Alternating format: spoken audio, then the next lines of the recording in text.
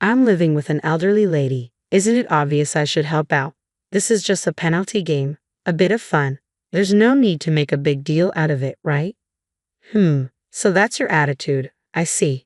If you both feel that way, I have my own plans too.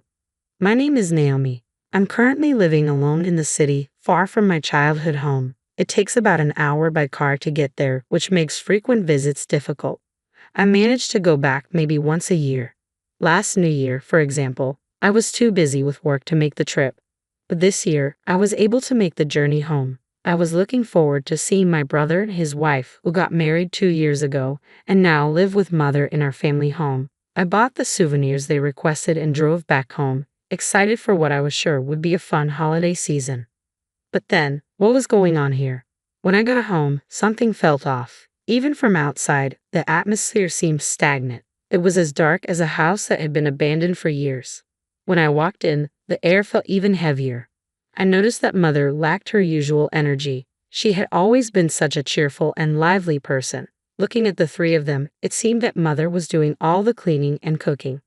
"Mother, are you okay? Can I help?" I asked.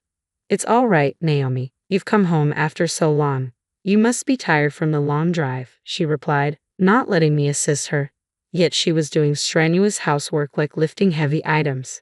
Despite this, my brother and Lily, my sister-in-law, just ignored her, even when Mom was working right in front of them. They continued playing their games. They even asked her to bring them tea while she was working. It was total madness. "Hey, Mom, are you really okay? Should I talk to my brother for you? Maybe there are things you're having trouble saying." "It's fine, really. You don't have to worry about anything. Just relax. You're home, after all. Your bed is ready in the guest room. You could even take a nap if you want," she insisted. No matter how much I asked, Mom wouldn't tell me anything. I thought there was nothing I could do until mealtime came as a surprise. The living room was filled with Mom's special dishes, including many of my favorites. Each dish had a nostalgic taste, lifting my spirits instantly.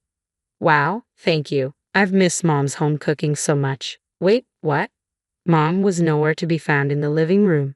Incredibly, she wasn't coming in from the kitchen. "Mom, what's wrong? Aren't you coming in? If there's still something to prepare, I can help you."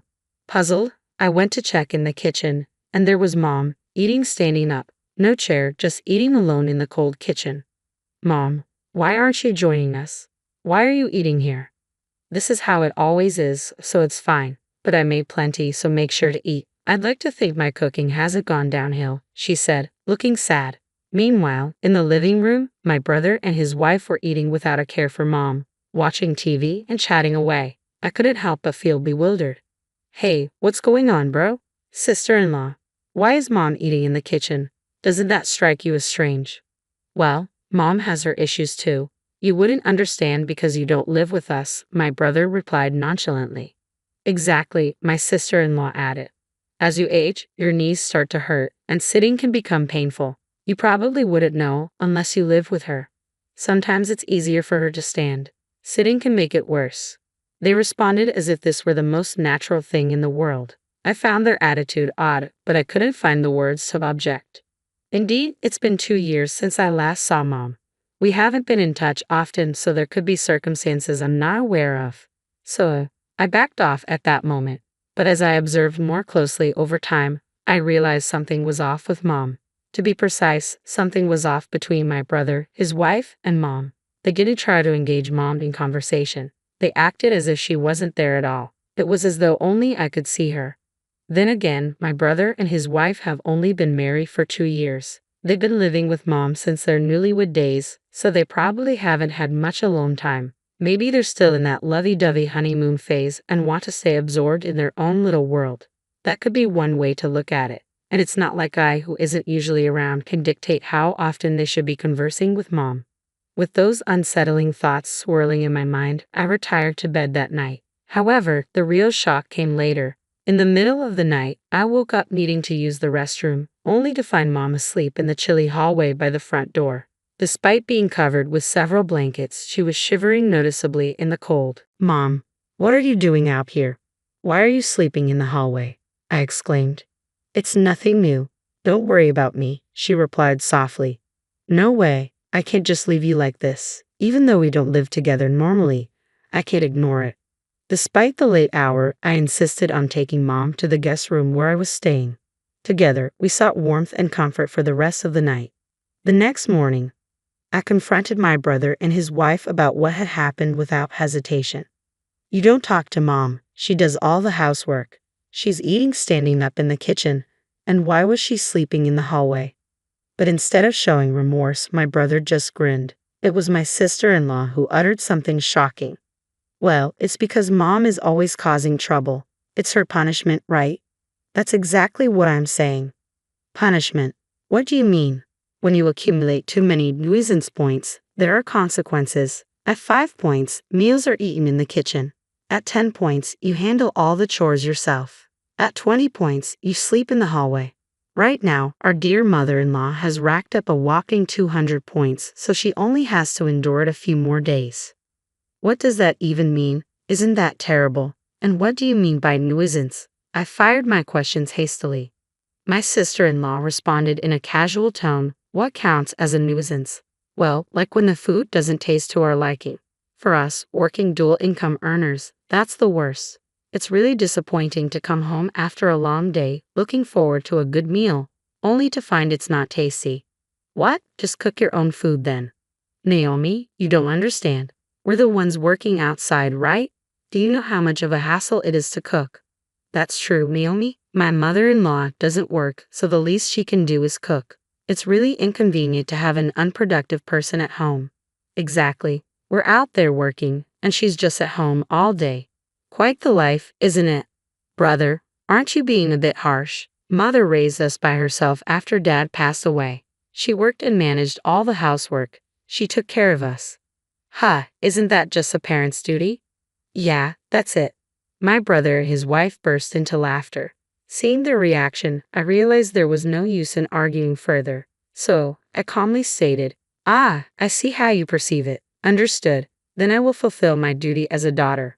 With determination, I started packing Mother's belongings. Her possessions were noticeably fewer than when I last saw them 2 years ago, which saddened me deeply. Despite my emotions, I held back tears, completed the packing, and assisted Mother, who kept apologizing, into my car. My brother and his wife observed with smirks on their faces. Finally, they're taking the burden away from us. Score. This house is ours now, Kevin. Let's enjoy it from now on, my brother remarked gleefully. I ignored their celebration and drove off with Mother, heading home. A few days later, after the New Year's festivities had ended, it was back to work. Then, a frantic call from my brother came through. Hey, nothing's arrived. What's going on? Really? After what you did to Mom, did you expect things to go on as usual, little brother? Do you understand your actions? What are you talking about? I didn't do anything wrong to you. True, you did nothing to me. But what about Mom? Think about it. With that, I hung up on him. It wasn't long before my sister-in-law called. What the? I just read your email. Why are you saying you're cutting ties with us? Explain yourself. Explanation. Cutting ties means ending our business relationship. How many years have you been working that you don't understand that? Are you still functioning in society? Wait, that's not what I meant. Don't insult me.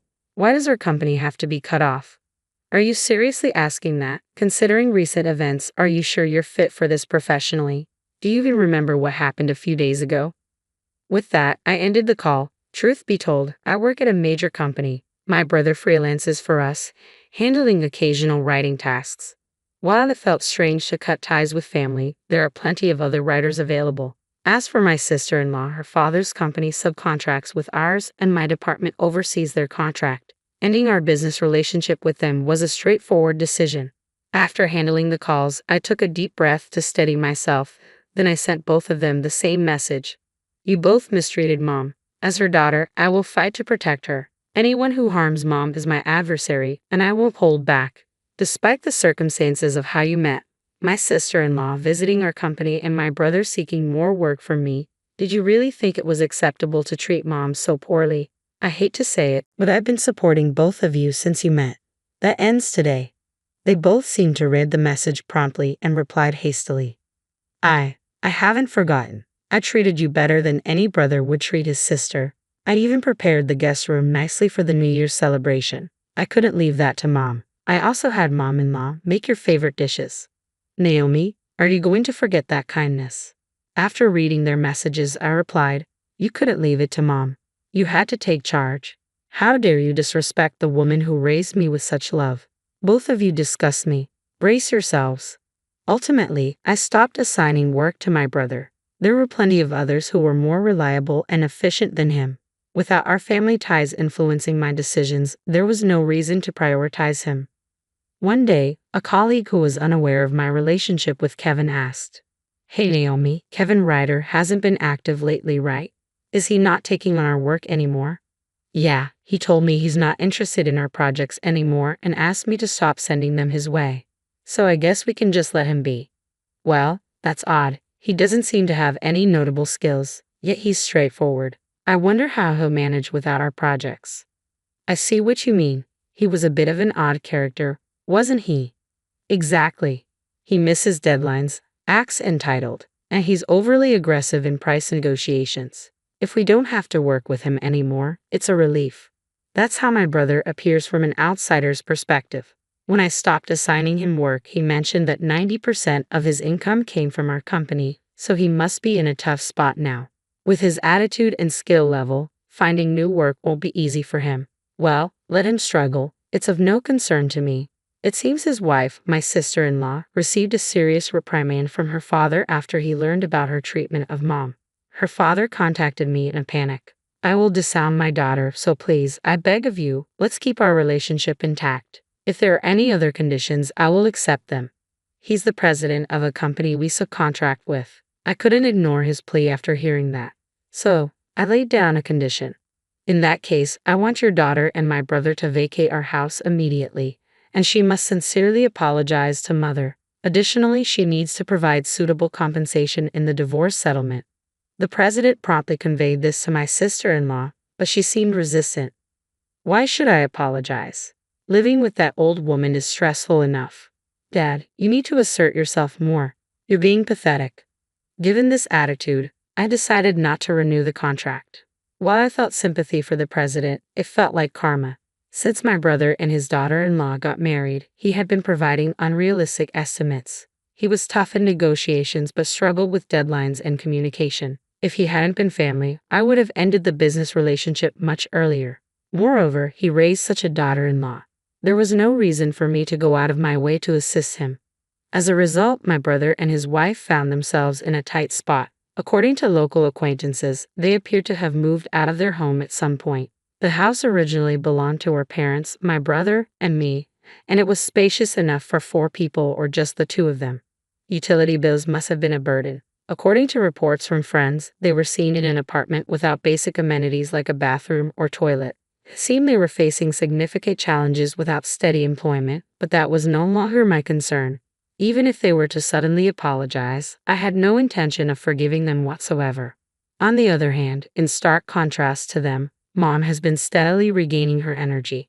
She sleeps in a comfortable bed at my place and enjoys her meals in a cozy environment. She no longer strains herself with household chores and can relax on her days off. After months of this new routine, she's returned to her vibrant self. I was mistaken before. I convinced myself that your brother and his wife were right. I thought I had to comply because I wasn't good enough. Naomi, thank you for rescuing me. No, I should apologize for not realizing it sooner. I'm sorry for letting you suffer, Mom. From now on, please inform me immediately if anything happens. We'll make up for the past by living happily. Lately, Mom has started making friends in the neighborhood. She finds the unfamiliar city exhilarating and loves exploring it. Seeing Mom happy like this brings me immense joy. Moving forward, I'm committed to showing my gratitude to the woman who raised me. That's the firm resolution I've made.